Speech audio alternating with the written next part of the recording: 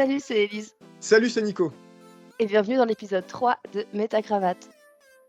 Alors, Métacravate, qu'est-ce qu'on a en entrée, Élise, de ton côté? Alors, de mon côté, nous on a donc Somnium Space, qui est une compagnie qui offre pas moins que l'immortalité à ses utilisateurs à travers un mode Live Forever. Le Enfin. principe de ce mode, c'est que, en gros, on va prendre toutes les datas qu'on peut sur vous, que ce soit vos mouvements, votre voix, votre façon de parler, les mots que vous utilisez, etc., afin de créer un vous qui existera bien après votre mort. Donc, c'est pas un concept qui est vraiment nouveau, c'est pas la première compagnie que je vois qui se lance dans cette expérience. Eux, ils sont en partenariat avec Tesla Suite, qui n'a aucun lien avec Tesla, attention, et qui va leur permettre d'avoir une expérience avec une full combi, avec les gants haptiques, etc., afin de vraiment interagir avec votre ami décédé. Ce que je trouve à redire à ce concept personnellement, c'est que c'est un peu de la publicité mensongère parce que on va pas vivre pour toujours vu que de toute façon on est quand même mort et que ce sera juste une version virtuelle de nous, que ce sera pas vraiment notre conscience transférée dans une IA. Donc appeler ça un Live Forever mode, bon, c'est contestable. Tu le sais, moi, ce qui me passionne, c'est l'argent. Combien ça coûte? Je sais pas, sûrement cher. Désolée, je suis malade, je suis allée dans le nord là, c'est terrible. Ils parlent pas du prix, pas encore en tout cas. En revanche, ils disent, et ça pour le coup c'est pas faux, qu'il faudrait vraiment s'orienter vers des compagnies de virtual reality pour créer des métavers, plutôt que de prendre des groupes comme Facebook, parce que c'est assez terrifiant, je cite, d'envisager qu'un groupe qui a autant de données sur vous et qui les vend surtout pour se financer, soit à l'origine du futur gros métavers particulier. Ok, Est-ce que tu as cool. quelque chose à toi en entrée aussi là? Exactement. Alors moi, il y a un truc absolu. Alors je vais prendre un malin plaisir à partager cette actualité. La semaine dernière, en tout cas dans l'épisode 2, pardon, dont on vous mettra le lien évidemment au moment où cette vidéo sera diffusée, j'avais partagé un diagramme, enfin un graphique de la hype avec une première courbe qui montait jusqu'à un niveau d'attente extrêmement fort par rapport aux technologies. Et donc là, on se dit, wow, c'est fantastique, on va faire plein de trucs. Et une courbe qui descend drastiquement, qui est la courbe de la désillusion, où là, on se dit, ah bah non, finalement, on va pas pouvoir faire tout ce qu'on veut parce que problématiques liées légales, maturité technologique, etc. Anyway. Et donc, on a un membre de la communauté, parce que je crois que c'est comme ça qu'on dit, qui nous a envoyé, donc c'est Hervé, je te remercie Hervé, qui nous a envoyé cette courbe-là pour la blockchain, donc à date de juillet 2021. Et on voit que le NFT est tout en haut de la première courbe, c'est-à-dire que là, on est au top de la hype et on se dit qu'on va pouvoir faire des choses absolument fantastiques. Ce qui veut dire que selon Gartner, puisque c'est eux qui produisent ce type de graphique, d'ici quelques mois, on va retomber dans les phénomènes de désillusion. Et donc, c'est mon introduction pour vous parler du premier tweet qui a été acheté il y a 1 an par un personnage qui s'appelle Sina Estavi. Donc c'est pas n'importe qui, puisque c'est quelqu'un qui a déjà lancé des boîtes dans la crypto et notamment des plateformes, enfin une plateforme d'échange qui est un Iranien, qui a aussi eu des problèmes avec la justice, mais bon, en lisant un peu, le personnage est un peu trouble, mais anyway. En tout cas, c'est quelqu'un qui s'y connaît, donc quand il fait un achat NFT, il le fait pas pour rien. Je rappelle ce que c'est le NFT de manière très simple pour ceux qui n'ont aucune information par rapport à ça. C'est un certificat numérique, voilà, hein, c'est un peu... vous avez la carte grise de votre voiture, bah, imaginez que pour un objet numérique, vous ayez une carte grise qui va définir quand est-ce qu'il a été mis en circulation, le numéro de série et plein d'autres informations. Et donc ce personnage a acheté il y a 1 an, pour la somme de 2,9 millions, le premier tweet qui a été publié par Jacques Dorsey. Ça me fait penser à Étienne Dorsey, pour ceux qui sont cinéphiles, vous chercherez et vous trouverez à quel film je fais référence. Donc Jacques Dorsey publie ce premier tweet, il a acheté 3 millions de dollars, presque 3 millions de dollars par ce personnage, qui, il y a quelques jours, quelques semaines, tente de le revendre sur la plateforme OpenSea pour 48 millions de dollars. Alors là, on se dit que le gars, il a tout compris, en 1 an, il va se faire une plus-value de dingue. Il y a 9 jours d'enchères, et à la fin, alors...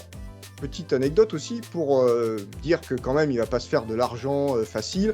Il dit que la moitié de la somme ira à des œuvres caritatives, donc à peu près 25 millions. Et donc, c'est encore une belle plus-value quand même. Oui, c'est quand même une belle plus-value, absolument. Et donc tiens-toi bien, parce qu'au bout de 9 jours, il obtient 12 600 $. Donc le gars est un petit peu déçu. Alors... voilà, je fais référence. Est-ce qu'il l'a vendu? Il l'a pas vendu.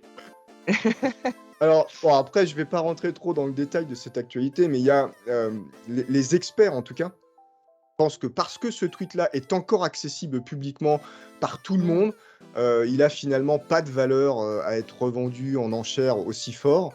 Il avait déjà pas de valeur à être Mmh. acheté aussi fort à l'origine. Mais voilà, donc cette fameuse courbe dont j'ai parlé, je trouve que c'est une belle Mmh. illustration de cette Mmh. désillusion qu'on risque de voir survenir dans les quelques mois à venir. Ça, c'était pour notre entrée. Maintenant, le plat de résistance, que j'attendais aussi depuis quelques temps, puisqu'on en a pas mal parlé ensemble. Ce sont les films qui reprennent comme thème justement le métaverse ou en tout cas, le web 3. Moi j'en ai préparé 2. Ready Player One évidemment. Pourquoi? Parce qu'avant même le film, il y avait le livre et que le livre était vraiment très sympathique. Le film, je me lance pas dans le débat c'est mieux ou c'est pas mieux que le livre. En revanche, il est assez différent et moi je note vraiment l'adaptation à des références plus récentes, plus modernes, plus connues que celles qui sont dans le livre, qui sont pour certaines des jeux des années 80 et cetera. Donc j'ai trouvé ce jeu d'adaptation très bien fait parce qu'on a le même concept d'épreuves en fait, sauf qu'elles sont vraiment réactualisées pour plaire à un public, des années 2000. Donc ça, c'était assez chouette.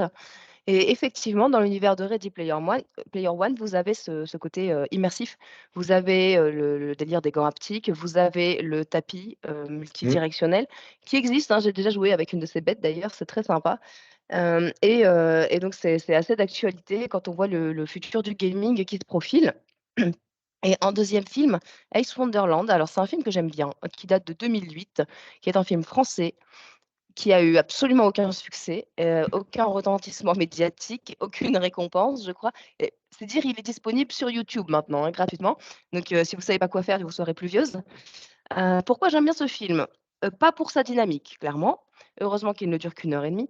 En revanche, les thèmes abordés sont super visionnaires, au sens où c'est la création, en fait, d'un continent virtuel, genre de plateforme façon un peu Facebook, sauf qu'il y a tout un univers, dedans. Avec des gens qui interagissent, qui discutent, qui font passer, des motions. En fait, leur but, il est louable évidemment, c'est d'améliorer le monde, hein, comme toujours. Sauf que, sans s'en rendre compte, ils vont tomber un peu dans une ligne presque terroriste, au sens où les choses qu'ils vont faire passer, ils les imposent en fait au reste du monde. Donc ça part de petites choses comme, installer des comment on dit? Des distributeurs de préservatifs au Vatican, suite à une annonce de l'Église, qu'elle ne voulait toujours pas, autoriser le préservatif, jusqu'à des choses qui vont devenir drastiquement plus graves. Donc voilà, un film sympa, très, très, très d'actualité pour un film qui a, maintenant 14 ans et qui dure pas très longtemps et avec un thème super intéressant.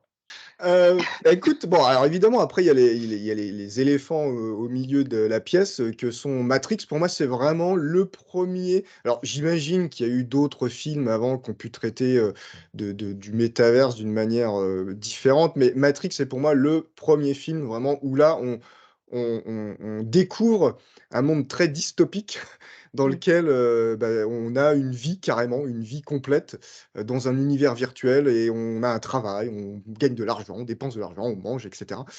Donc pour moi, ça a été la vraie première claque et le 1er intérêt, à ce que serait un métaverse, même si à l'époque on parlait pas encore de métaverse. Et puis après, il y a effectivement un autre film, qui m'y fait penser fortement, c'est Avatar. Alors pas pour le film en lui-même, mais pour la technologie qui est mise en œuvre. Alors je sais pas si les gens se souviennent, mais pour que, le personnage principal puisse, communiquer avec, ces extraterrestres, et bien il rentre dans une cabine et il prend, possession d'un corps, du corps d'un personnage pour évoluer, pour le coup dans le monde réel. Mais je trouve ça hyper intéressant parce que c'est à mi-chemin entre le monde virtuel, la capacité de prendre, place dans un corps qui n'est pas le sien et cetera. Donc, voilà, Avatar est pour moi aussi, une bonne réflexion sur ce qu'est le métaverse. C'est tout pour moi. On passe au dessert? Eh bien oui, allons-y. Alors, je commence. Dans ce cas, avec un NFT justement d'un tout nouveau genre, bon tous les NFT sont nouveaux en même temps maintenant, mais pour le moment. Mais celui-là, voilà, il me plaît particulièrement. Pourquoi? Parce que c'est le masque de Batman, donc le Batcall, qui est disponible en édition limitée. Il y en aura alors je crois que c'est 20 000, je vérifie en même temps. 200 000, il y en aura 200 000 et il y a surtout avec toute une roadmap de plus de 2 ans qui va vous garantir, donc des innovations, des intégrations et ce qui est assez sympa aussi, c'est que vous allez pouvoir vraiment créer votre bas de colle. Vous avez, un choix de matériaux, un choix de couleurs, un choix d'effets lumineux, un choix de background et en prenant comme base, un des masques historiques. Donc c'est vraiment chouette. Bon, la somme est un peu rédhibitoire, c'est quand même 300 Oui. mais à voir, en fonction de la roadmap. Parce que si c'est un item que vous pouvez porter, dans les métavers, après tout, pourquoi pas? Ça peut être sympa d'avoir, un masque unique comme ça, qui n'existe qu'en nombre limité d'exemplaires et puis peut-être qu'à la revente, vous ferez une meilleure affaire qu'en achetant des tweets qui sont encore disponibles, allez savoir. Donc voilà, donc moi je trouve ça sympa. En plus, il est beau, je te laisserai intégrer, Tu dans pas la du tout vidéo. influencé par une certaine fanitude de l'univers de Batman? Non, Non, OK, non, je voulais juste m'en assurer. non. OK, écoute, très clair pour moi. Sur mon dessert, moi, je voulais, partager la vente par, la mairie de Cannes au travers d'une boîte qui s'appelle Pertim. Alors je sais pas si c'est une start-up ou si c'est, peut-être qu'elle est pas si récente que ça, mais en tout cas, voilà, la boîte s'appelle Pertim et en partenariat avec la mairie de Cannes, ils, vendent sous forme de NFT. On parle beaucoup de NFT, dans cet épisode, mais voilà, c'est l'actualité. Ils vendent sous forme de NFT, je crois que c'est 8 bâtiments emblématiques de Cannes. Donc on retrouve la Croisette, on retrouve le Vieux Port, on retrouve le Palm Beach. Ce que je trouve intéressant dans cette actualité, que je vous invite à suivre, vous pouvez vous abonner à leur newsletter et suivre un petit peu sur leur compte Twitter, toute l'actualité. C'est finalement, je pense que c'est un des premiers exemples que je vois, en tout cas en Europe, d'une puissance publique qui s'intéresse aux NFT ou en tout cas qui essaye de faire une vente de NFT. Donc j'ai envie de suivre ça, j'ai envie de voir ce qui va se passer en juin, à quelle, enchère vont partir, les différents items.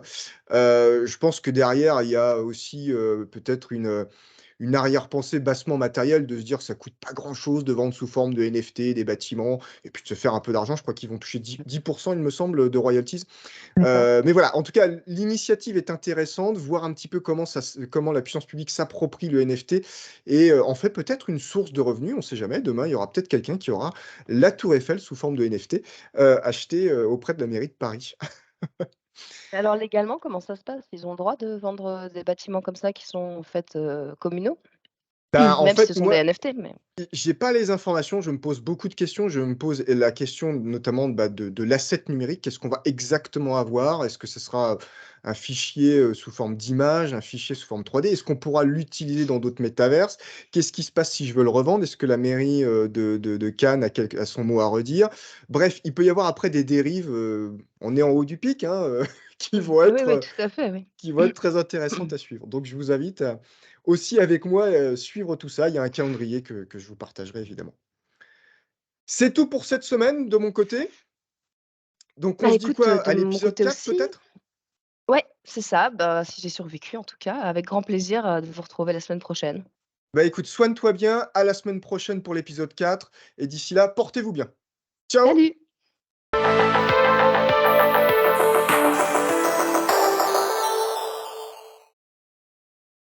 Vas-y, fais quand tu veux. Vas-y, lance. Non, c'est toi qui lances d'habitude. Putain, tu chiant franchement, qu'est-ce que Ah c'est bah chiant. oui, bah Oh. oui, bah oui. On a Les nos phrases. process, toujours les process, hein. Bon.